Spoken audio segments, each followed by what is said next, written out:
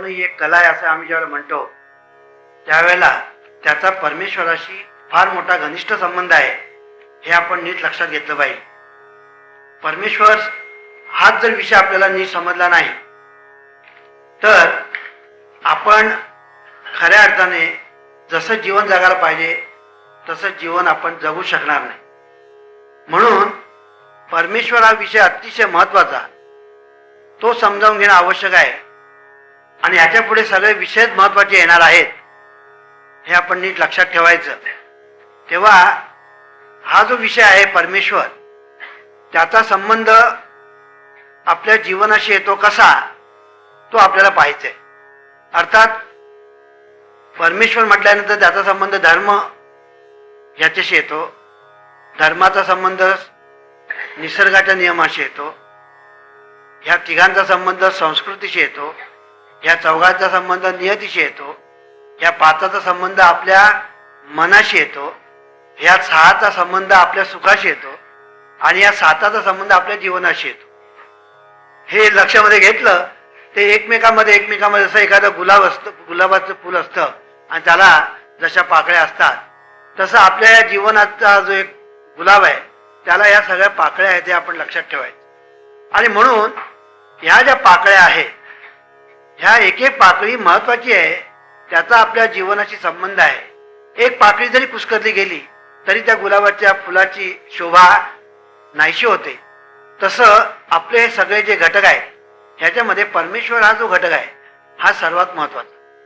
म्हणून या विषयावर मागल्या खेपेला मी जेव्हा बोललो त्यावेळेला मी असं सांगितलं की हा परमेश्वर हा कसा आहे असं मी ज्याला वर्णन केलं त्यावेळेला त्याचं वर्णन अजून खूप करायचं आहे, पण त्याच्यामध्ये महत्वाचा भाग म्हणजे असा की हा परमेश्वर अनंत स्वरूप आहे असा मी विषय मांडला.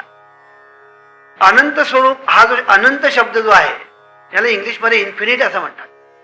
हा अनंत शब्द जो आहे याचा अर्थ त्याला अंत नाही, त्याला पार नाही, त्याला कडा नाही, मग तो अपरंपार आहे हा त्याचा अर्थ.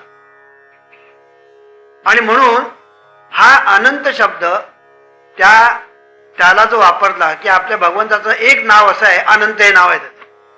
भगवंताची अनेक नावं ठेवलेली आहेत, त्याच्यामध्ये एक नाव म्हणजे अनंत असं नाव आहे. आणि हे जे नाव आहे हे अप्रोप्रिएट आहे, यथार्थ आहे, सार्थ आहे. कारण ज्याला आपण परमेश्वर असं म्हणतो अर्थात भगवान आणि परमेश्वराचा फरक आहे हा लक्षात ठेवा. आता आम्ही आपले ते शब्द वापरतो कारण ती एक सवय झाली आपल्याला वापरायची, पण या सगळ्या शब्दांना वेगवेगळे अर्थ आहेत. देव, भगवान, ईश्वर, आत्मा, परमात्मा, परमेश्वर, हे शिव, हे अनेक शब्द जे आपण वापरतो, ब्रह्म वगैरे, हे बहुतेक सगळे लोक एकाच अर्थाने वापरतात, पण ते चुकीचं आहे. तेव्हा परमेश्वर हा जो विषय आपण या ठिकाणी हाताळतो आहे हा परमेश्वर कसा आहे, अनंत आहे. अनंत म्हणजे काय, अंत नाही झाला, आणि अनंत सर्वांगाने. सर्वांगाने हे त्यातलं महत्वाचं की गुळाची ढेप आहे, ती गुळाची ढेप कशी आहे, गोड आहे. कशी गोड कुठल्या अंगाने आहे, कुठल्याही अंगाने, कुठल्याही अंगाने तिला चाटा ती गोडच, कळलं की नाही. म्हणून ही गुळाची ढेप जशी सर्वांगाने गोड आहे तसं हा जो अनंत आहे, भगवंत जो आहे, परमेश्वर ज्याला आपण म्हणतो, हा सर्वांगाने अनंत आहे. आणि म्हणून त्याचे गुण अनंत आहेत, त्याचं स्वरूप अनंत आहे, त्याचं रूप अनंत आहे, त्याचं सामर्थ्य अनंत आहे, त्याची शक्ती अनंत आहे, त्याचं ज्ञान अनंत आहे, त्याची निर्मिती अनंत आहे, सर्व त्याचं अनंत आहे, सर्व झालं. आणि म्हणून अनंत असणारा हा जो भगवंत ह्याचं कुठल्याही अंगाने आपण जरी त्याला पाहिला तरी त्याला अंत नाही, अनंत आहे. तो अनंत आहे. म्हणून मी मागल्या खेपेला सांगितलं की जीवाने आपला विकास साधायचा त्याला काही मर्यादा आहे का, त्यालाही मर्यादा नाही. कारण तो अनंत असल्यामुळे जीवाचा विकास हा सुद्धा त्याने जितका साधावा तितका तो कमीच, तो नेहमी अनंताकडे जात असल्यामुळे त्याचा विकास जो आहे हा किती जरी त्याने पुढे पुढे पुढे पुढे जरी गेला तरी सुद्धा त्याचा विकास थांबला असं म्हणता येणार नाही. म्हणून विकास माणसाने किती करून घ्यायचा, करतच राहायचं, विकासच करत राहायचं, पुढे थांबायचंच नाही. थांबला तो संपला, असं एके ठिकाणी महादेव टिवलेंनी म्हटलंय. ते त्यांनी वेगळ्या अर्थाने म्हटलेलं आहे, मी ते वेगळ्या अर्थाने म्हणतो. म्हणून जीवनाचा विकास ह्याला सुद्धा अंत नाही, कारण अनंत अनंत आहे. म्हणून हा एक फार महत्वाचा सिद्धांत आहे, हे आपण लक्षात ठेवायचं. अतिशय महत्वाचा सिद्धांत आहे. कारण मिथ्यावाद, विलासवाद आणि जीवनविद्येचा विकासवाद, हा विकासवाद जो आहे हा जीवनविद्येचा एक फार महत्वाचा असा सिद्धांत आहे. त्याच्यावर आपण नंतर बोलू, आता सध्या बोलायचं काही आपल्याला कारण नाही. पण परमेश्वर हा अनंत स्वरूप आहे, आपण एकदा लक्षामध्ये घ्यायचं. तर त्याची निर्मिती ही सुद्धा अनंत आहे, त्याच्या निर्मितीशी आपल्याला सध्या कर्तव्य आहे. म्हणून ही जी निर्मिती आहे ही निर्मिती सुद्धा अनंत आहे. आता आपण ज्याला विश्व असं म्हणतो, ज्या विश्वात आज आपण आहोत, असे अनेक विश्व, असे अनेक सूर्य, ज्या सूर्याच्या भोवती आज ग्रहमाला फिरते आहे, त्यापैकी आपलं विश्व एक ग्रहमाला आहे, ग्रह आहे. असे अनेक सूर्य आणि त्याच्या ग्रहमाला आहेत, असं खगोलशास्त्र सांगतं, ऍस्ट्रॉनॉमी सांगतं. म्हणजे याचा अर्थ असा की परमेश्वराची ही जी निर्मिती आहे, ही निर्मिती ही अनंत आहे, त्याला अंत नाही. माणसं किती आहेत? कोट्यावधी आहेत. जलचर किती आहेत? कोट्यावधी आहेत. पक्षी किती आहेत? कोट्यावधी आहेत. आपल्याला मोजता सुद्धा येत नाही. असं सगळं त्याचं अनंत आहे. हे आपण पाहिल्यानंतर ह्या अनंत स्वरूप अशी जी निर्मिती आहे, ही निर्मिती परमेश्वर निर्माण करीत नाही, तर ही निर्मिती परमेश्वराकडून निर्माण होते. हा जीवनविद्येचा सिद्धांत, हा सर्वात महत्वाचा सिद्धांत आहे, आपण लक्षात घ्यायचा. हा सिद्धांत जर तुम्हाला नीट समजेल तर जीवनविद्या नीट समजेल, नाही तर जीवनविद्या समजणार नाही. परमेश्वर ही निर्मिती करीत नाही, परमेश्वराकडून ही निर्मिती होते. हा एक फार महत्वाचा सिद्धांत या ठिकाणी जीवनविद्येने मांडलेला आहे. हा महत्वाचा सिद्धांत मी काय म्हणतो, आज लोकांचा असा समज आहे की निर्मिती परमेश्वर करतो, अशी निर्मिती. परमेश्वर निर्मिती करतो म्हटल्यानंतर मग या परमेश्वराच्या निर्मितीमध्ये जे चांगलं आहे, वाईट आहे, बरं आहे, बुरा आहे, सज्जन आहे, दुर्जन आहे, सुष्ट आहे, दुष्ट आहे, मग हे काय त्यांनी निर्माण केले का, असा प्रश्न निर्माण होतो. त्यांनी निर्माण केले का, असा प्रश्न निर्माण होतो. जीवनविद्या असं सांगते की परमेश्वराने यातलं काही निर्माण केलेलं नाही, पण ही निर्मिती परमेश्वराकडून होत असते. होणं आणि करणं याच्यात फरक आहे. म्हणून याला मी अनेक दृष्टांत देऊन सांगितले. तुमच्या शरीरामध्ये शरीरातून घाम येतो. आता मी घाम निर्माण करतो असं म्हणून तुम्ही आता सुरुवात केली घाम, असं आहे का? आता घामाची फॅक्टरी सुरू झाली, असं नाही. तुमच्या शरीरातून घाम निर्माण होतो. तो निर्माण होत असतानाही तुम्हाला ठाऊक नाही, निर्माण होण्याचा प्रोसेस तुम्हाला ठाऊक नाही, पण शरीरावर घाम येतो आणि मग आपण पुसता पुसता असं करता करता नाकेनवर. हे जे आपल्या शरीरातून जो घाम येतो तो आपण निर्माण करत नाही. घाम निर्माण मी करीत नाही, पण तरी सुद्धा माझ्याकडून घाम निर्माण होतो. हे जर नीट लक्षामध्ये आलं ना, तसंच परमेश्वराच्या अंगातून जसा घाम आपल्या निर्माण होतो, तसा परमेश्वराच्या अंगातून ही निर्मिती होते आहे. तो त्याच्यापैकी काही करीत बसलेला नाही, तो करत नाही, हे आपण लक्षात ठेवायचं. ही गोष्ट आपल्या एकदा नीट ध्यानामध्ये आली की मग आपल्या ध्यानामध्ये एक महत्वाचा सिद्धांत येतो असा की ही परमेश्वराची निर्मिती अनंत स्वरूप आहे आणि ह्याच्यामध्ये चांगलं वाईट, बरं बुरं, सुष्ट दुष्ट वगैरे वगैरे जे काही आहे, तुम्ही जर त्याला विचारायला जाल हे तू का निर्माण केलंस, तर तो सांगेल बाबा रे मी हे निर्माण केलेलं नाही, हे निर्माण झालं, असं तो सांग. आता गंमत अशी आहे, माणसांना कोण कोण त्रास देतात, माणसांना माणसं त्रास देतात, हा भाग वेगळा, कळलं की नाही. पण तो भाग आपण सोडून देऊ सध्या. आता माणसं आपण जर पाहिलं तर आपण म्हणतो डास. आता तुम्हाला डान्स करायला लावतात की नाही, डास तुम्हाला डान्स करायला लावतात रात्रीच्या वेळेला, रात्री झोपताना असा करतो. आता डान्स करणारी सुद्धा अशीच करते ना ती बाई किंवा तो बुवा डान्स, तो जेव्हा नाच करतो की एक त्याचा एक अंगात आहे, मग तुम्ही झोपेमध्ये असं करता काहीतरी असं करता मारता एक, हा जो तुमचा डान्स चाललेला असतो त्यावेळेला तुम्ही म्हणता देवा हे डास तुला निर्माण करण्याची काही गरज होती. आता या डासापासून काय अडलाय का या जगामध्ये? काय अडलंय? हे डास नसते तर काय अडणार होतं या जगाचं? पण हे तू निर्माण करू आम्हाला का त्रास देतोस? असं जर तुम्ही परमेश्वर विचाराल, अर्थात तो तुम्हाला उत्तर देणार नाही, पण त्याच्या वतीने मी तुम्हाला उत्तर देतो.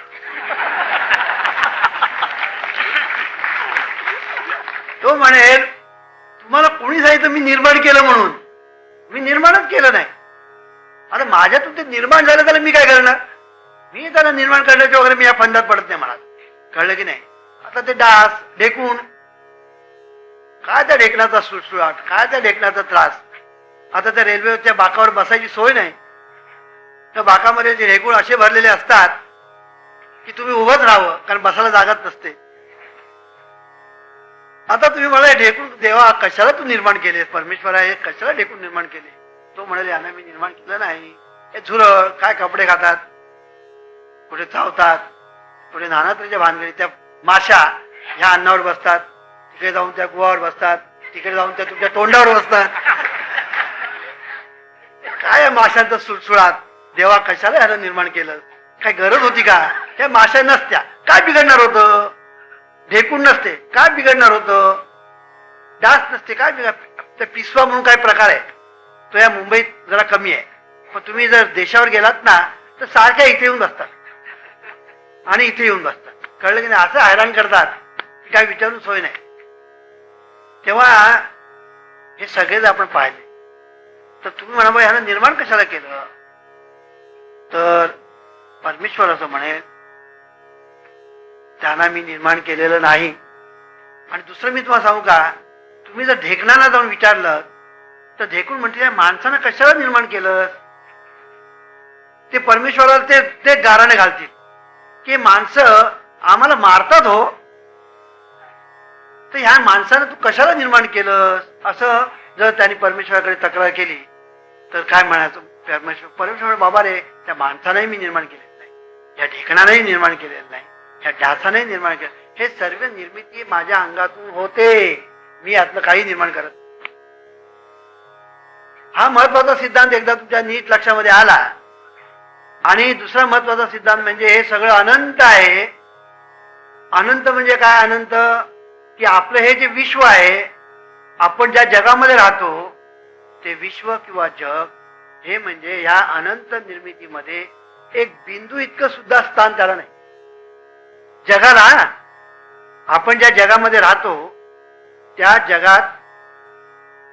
जगाला विश्वाच्या संबंध निर्मितीमध्ये बिंदू इतकंही स्थान नाही. आता विश्वाची मी गोष्ट बोलतोय, बिंदू इतकं स्थान नाही. मग या आशिया खंडाला काय स्थान आहे या विश्व निर्मितीमध्ये? आशिया खंड सोडा. हिंदुस्थानला काय स्थान आहे? हिंदुस्थान सोडा. महाराष्ट्राला काय स्थान आहे? महाराष्ट्र सोडा. मुंबईला स्थान काय आहे? मुंबई सोडा. परळला काय स्थान आहे? परळ सोडा. दामोदर हॉलला काय स्थान आहे? दामोदर हॉल सोडा. तुम्हाला काय स्थान आहे? काही स्थान. जिकडे विश्व म्हणजे अनंत निर्मितीमध्ये बिंदू इतका, तिथे तुम्हाला काय स्थान आहे? काही स्थान. मग तुम्ही जे काही करता त्याने देव प्रसन्न होतो असं तुम्ही जे म्हणता, याला काय अर्थ राहिला? त्याला काही अर्थच नाही. तुम्ही जे काही करता त्याने देव प्रसन्न, तो आता माझ्यावर प्रसन्न होणार आणि वरमब्रूही म्हणणार आणि मग मला वरदान करणार वगैरे वगैरे. आपल्या ज्या कल्पना आहेत ह्या सुद्धा कल्पना चुकीच्या आहेत, हे आपण नीट लक्षामध्ये घेतलं पाहिजे. म्हणून हा जो परमेश्वर जो आहे हा माणसावर कृपा पण करत नाही आणि कोप पण करत नाही, हा जीवनविद्येने सिद्धांत मांडलेला आहे. तो कृपा पण करत नाही आणि कोप पण करत नाही. तुम्ही काय करता हे तो पाहत बसत नाही. तो पाहत बसत नाही तुम्ही काय करता. तुम्ही काय करा, तुम्ही शिव्या दिल्या तरी त्याला तो तक्रार करणार नाही. आतापर्यंत एकदा तरी तक्रार केला का सांगा? परमेश्वर आहे. आता परमेश्वर शिवाय देणारे लोक आहेत की नाही जगात? जगात आहे. पण परमेश्वराने कधी येऊन तक्रार केली का? कोर्टात केस केली का की हे आम्हाला शिव्या देतात? कधी केली? तुम्ही त्याला शिव्या दिल्यात आणि तुम्ही त्याच्या ओव्या म्हटल्यात, तो तुम्हाला कुठल्याही तऱ्हेने शाबासकी देणार नाही किंवा तुमच्या पाठीवर रट्टा मारणार. तुम्हाला स्वातंत्र्य आहे, तुम्ही काही करा, मग स्वातंत्र्य आहे. शिव्या द्या नाही तर ओव्या म्हणा, तुम्हाला स्वातंत्र्य आहे. चांगलं करा वाईट करा, तुम्हाला स्वातंत्र्य आहे. पण हे फार महत्वाचं आहे, तुम्ही जे कराल त्याला परमेश्वर रिस्पॉन्स देत नाही. रिस्पॉन्स म्हणजे प्रतिसाद देत नाही, म्हणजे प्रतिसाद देण्याची क्रिया करत नाही, पण त्याच्याकडून प्रतिसाद आपल्याला मिळतो. हा एक महत्वाचा आणि एक सिद्धांत लक्षात ठेवायचा. हा एक महत्वाचा सिद्धांत. हे सगळं नवीनच आहे बघा, याला जीवन विद्येचं सगळं शास्त्रच नवीन आहे, हे आपण नीट लक्षात ठेवायचं. तेव्हा परमेश्वराकडून आपल्याला प्रतिसाद मिळतो, पण तो प्रतिसाद देत बसत नाही. तुम्ही जे काही करता त्याला तो प्रतिसाद देत बसत नाही. तुम्ही जे करता त्याला त्याच्याकडून प्रतिसाद मिळतो, रिस्पॉन्स मिळतो. कसा मिळतो? निसर्गाच्या नियमाप्रमाणे. निसर्गाच्या नियमाप्रमाणे परमेश्वराकडून तुम्हाला प्रतिसाद मिळतो, आणि म्हणून तुम्ही जे करता त्याला तिथून प्रतिसाद मिळतो. तो देत बीत बसत नाही. म्हणून याला उत्तम उदाहरण मी इलेक्ट्रिसिटीचं देतो. हे जी इलेक्ट्रिसिटी आहे, या इलेक्ट्रिसिटीकडून तुम्हाला प्रतिसाद मिळतो, पण इलेक्ट्रिसिटी प्रतिसाद देत नाही, हे आपण लक्षात ठेवायचं. म्हणून इलेक्ट्रिसिटीकडून आपल्याला प्रतिसाद अनुकूल पाहिजे का प्रतिकूल पाहिजे हे तुम्ही ठरवायचं, इलेक्ट्रिसिटी ठरवत नाही. तुम्ही जर शहाणपणाने इलेक्ट्रिसिटीचं नॉलेज, ज्याला आपण म्हणतो ज्ञान, ते ज्ञान घेऊन तुम्ही इलेक्ट्रिसिटीकडे गेलात तर इलेक्ट्रिसिटीकडून तुम्हाला जो प्रतिसाद मिळेल तो अनुकूल मिळेल. म्हणून आता मी बोलतोय, तुम्हाला ऐकू जात आहे, इलेक्ट्रिसिटीचं प्रतिकूल प्रसाद आहे. इथे बत्त्या लावलेल्या आहेत, प्रकाश आहे, हा इलेक्ट्रिसिटीकडून मिळालेला आपल्याला अनुकूल, प्रतिकूल अनुकूल प्रतिसाद आहे. तर हा जो अनुकूल प्रतिसाद जो आपल्याला मिळतो आहे इलेक्ट्रिसिटीकडून, कारण इलेक्ट्रिसिटीचं जे ज्यांना ज्ञान आहे त्यांनी ही इलेक्ट्रिसिटी हाताळली अशा तऱ्हेने की तिच्याकडून आपल्याला उत्तम, अनुकूल, सुखद असा प्रतिसाद मिळावा. एखादा मूर्ख माणूस आहे, इलेक्ट्रिसिटी कशाची खातात माहित नाही, आणि गेला इलेक्ट्रिसिटी हात लावायला, हे करायला केला, काय होईल? शॉक बसेल, आग लागेल, मरेल. इलेक्ट्रिसिटी म्हणेल मी यातलं काही केलेलं नाही, केलं त्याने भोगलं त्याने, केलं त्याने भोगलं त्याने. म्हणून इलेक्ट्रिसिटीकडून तुम्हाला प्रतिसाद मिळेल, अनुकूल किंवा प्रतिकूल, तो तुमच्या ज्ञान किंवा अज्ञान याप्रमाणे मिळेल. अज्ञानाने तुम्ही इलेक्ट्रिसिटीकडे गेलात, प्रतिकूल प्रतिसाद मिळेल, आणि ज्ञानाने तुम्ही इलेक्ट्रिसिटीकडे गेलात तर अनुकूल प्रतिसाद मिळेल. म्हणून हे जसं इलेक्ट्रिसिटी बाबतीत खरं आहे, तसं चैतन्य शक्ती, परमेश्वरी शक्ती, ईश्वरी शक्ती असं आपण ज्याला म्हणतो, त्या परमेश्वरी शक्तीकडून तुम्हाला प्रतिसाद मिळतो, अनुकूल किंवा प्रतिकूल. अनुकूल मिळायचा का प्रतिकूल मिळायचा हे तुमच्यावर अवलंबून आहे. तुमच्या ठिकाणी जे ज्ञान किंवा अज्ञान आहे त्याच्यावर अवलंबून आहे. म्हणून जीवनविद्या सांगते ज्ञान मिळवा आणि अज्ञान दूर सारा, असं सांगते. तुम्ही अज्ञानाने जे काही कराल त्याच्यातून दुःख निर्माण होईल, त्याच्यातून अडचणी निर्माण होतील, त्याच्यातून आपत्ती निर्माण होतील. ज्ञानाने तुम्ही जे कराल त्याच्यातून सुख निर्माण होईल, आनंद निर्माण होईल, समाधान निर्माण होईल. म्हणून मी नेहमी सांगत असतो, एक काळ असा होता की आमचे शेतकरी वर्ग त्यांना सही पण करता येत नसतं, कशावर सही करतो तेही कळायचं नाही, आणि त्याचा फायदा सावकाराने किती घेतला की जन पिढ्यानपिढ्या बिचारे ते त्या सावकाराच्या गुलामगिरीत अडकून पडले. का अडकून पडले? त्यांना सही करता येत नव्हती, वाचलेलं समजत नव्हतं, कशावर सही करतो ते कळत.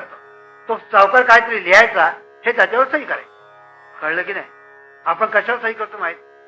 त्यामुळे पिढ्यानपिढ्या बिचारे त्या सावकाराचे गुलाम होऊन राहायचे, त्यांचं कर्ज कधी फेडायचं? वास्तविक कर्ज फेडून केव्हाच गेलेलं असतं, पण ध्यानात त्यांनी फसवलेलं असतं. फसवलं का? अज्ञान. अज्ञान. आज सुद्धा परिस्थिती अशी आहे की अज्ञानामुळेच आपण फसले जातो. अंधश्रद्धा म्हणजे काय? अज्ञानच आहे. आपण भगताकडे जातो, आपण बुवा बाबाकडे जातो आणि आपण फसले जातो. का फसले जातो? अज्ञान. वास्तव आपल्याला कळायला पाहिजे की हा बुवा किंवा बाबा जो आहे हा आपल्या जीवनामध्ये काहीही चमत्कार बिमत्कार काही करणार नाही हे आपल्याला समजायला पाहिजे. पण आपल्याला असं वाटतं की अमक्या बुवाकडे गेलं, अमक्या बाबाकडे गेलं, तो काहीतरी चमत्कार करील आणि आपलं भलं होईल, असं आपल्याला जे वाटतं हे संपूर्ण चुकीचं आहे. तुमच्या जीवनाचे शिल्पकार तुम्ही आहात हे जीवनविद्या आवर्जून सांग. म्हणून जीवनविद्येमध्ये अंधश्रद्धा नाही. या ठिकाणी अंगारी दुपारे नाही, या ठिकाणी उदी भस्म नाही, या ठिकाणी गंडे दोरे नाही. ह्याचं कारण काय? या ठिकाणी कोणाला फसवायचंच नाहीये. इथे फसवण्यासाठी या गोष्टी आहे. बाबा हे अंगारा घे, आता तुझं बरं होईल. बरं याचं बरं झालं नाही तर तो काय येऊन याच्या कोर्टात फिरत करणार आहे? कोर्टात फिरत करत नाही तो. कारण काय? तिकडे काहीच करायला मदत झालेला नसतो. कळलं की नाही? बाबा हे उदी घेतल्यानंतर बरं जर झालं नाही तर काय, तर माझा करार मोडल्याबद्दल कोर्टात फिरा, असं तिकडे काहीच नसतं. तुमच्याच मर्जीने तुझ्याकडे गेलेला असं. तो म्हणतो मी तुम्हाला बोलवायला आलो होतो का? तो बुवा बाबा अण्णा तुम्हाला बोलवायला मी आलो होतो नाही, तूच आपल्या पायाने आलास ना. मग आता हे बरं झालं, बाबाने बरं केलं, आणि जर बरं झालं नाही तर माझं नशीब, असं तो म्हणतो. सांगायचा मुद्दा असा की आपण जेव्हा बुवा बाबाकडे जेव्हा जातो अंधश्रद्धेने, ते अज्ञानच असतं. आपल्याला कळत नसतं हा आपलं भलं करू शकत नाही, आपल्याला कळत नसतं. मग भलं करण्याचं सामर्थ्य कोणामध्ये आहे? तुमच्यामध्ये आहे. म्हणून तूच आहे तुझ्या जीवनाचा शिल्पकार. हे आपण लक्षात नाही की तुझ्या जीवनाचा शिल्पकार तू आहे, अन्य कोणी नाही. आणि म्हणून हा जो तू आहे हा तू साधारण नाहीये, तू महान आहेस. तत्वमसी. तत्वमसी. त्यातला त्वम तू आहेस, तो तू आहेस, त्यातलं तू आहेस. हे लक्षात घे. तर तुझ्यामध्ये किती सामर्थ्य आहे? तुझ्यामध्ये सामर्थ्य भरपूर आहे, तुझ्यामध्ये ज्ञान भरपूर आहे. फक्त तू त्याचा वापर करत, त्याचा तू फक्त वापर करत नाही. म्हणून तू असा जे वापर करतात ते तसे. आता पहिला नंबर येतो वर्गामध्ये, त्याला काय स्पेशल भगवंतानी वैकुंठातून बुद्धी पाठवली म्हणून त्याचा नंबर पहिला येतो, आणि त्याचा दुसऱ्या मुलाचा नंबर शेवट. तो शेवटून पाहिला, पहिलीतून पाहिला. आता तो म्हणे बुवा काय मला बुद्धीच नाही देवाने दिली, त्याला मी काय करू? आणि त्याला तो नशीबवान आहे, त्याला बुद्धी देवाने दिली म्हणून तो पहिला नंबर काढतो. खोटं. दोघांनाही बुद्धी देवाने जेव्हा दिली, अर्थात बुद्धी देवाने दिली असं मी म्हणतो, तेव्हा तो देत काय बसत नाही, तुम्हाला मिळाली. तेव्हा ही जी बुद्धी तुम्हाला मिळाली याच्यामध्ये कमी आणि जास्त असा भेदभाव त्या निसर्गाने म्हणा किंवा परमेश्वराने म्हणा केलेला नाही. मग बुद्धीचा वापर जे करतात त्यांच्या बुद्धीला धार येते, त्यांच्या बुद्धीला तेज येतं, त्यांच्या बुद्धीला ओज येतं, त्यांची बुद्धी तेजस्वी होते. आणि जे बुद्धीचा वापर करत नाही त्यांची बुद्धी गंजून जाते. तलवार आहे, तलवारीचा ज्या वेळेला आपल्या देशामध्ये आणि आपण युद्ध वगैरे करायचो असा एक काळ होता, त्यावेळेला तलवारीचा वापर नेहमी व्हायचा. त्यामुळे तलवार नेहमी तलवारीला धार असायची. पण आता जर तलवार एखाद्याने जर काढली तर ती गंजलेली सापडेल. आता हे 96 कुळी मराठे जे आहेत ना, म्हणजे मी पाहिलं म्हणून सांगतो. आणि इतर अंकामध्ये काय मला माहित नाही. मी एकदा गेलो होतो अशा एका 96 कुळी मराठीचं आणि एक लग्न समारंभ होतं, तेव्हा मी तिकडे बघायला गेलो होतो. म्हणजे म्हातारी मला बोलवलं होतं आमंत्रण बघायला गेलो, मला आमंत्रण गेलं. आणि तिकडे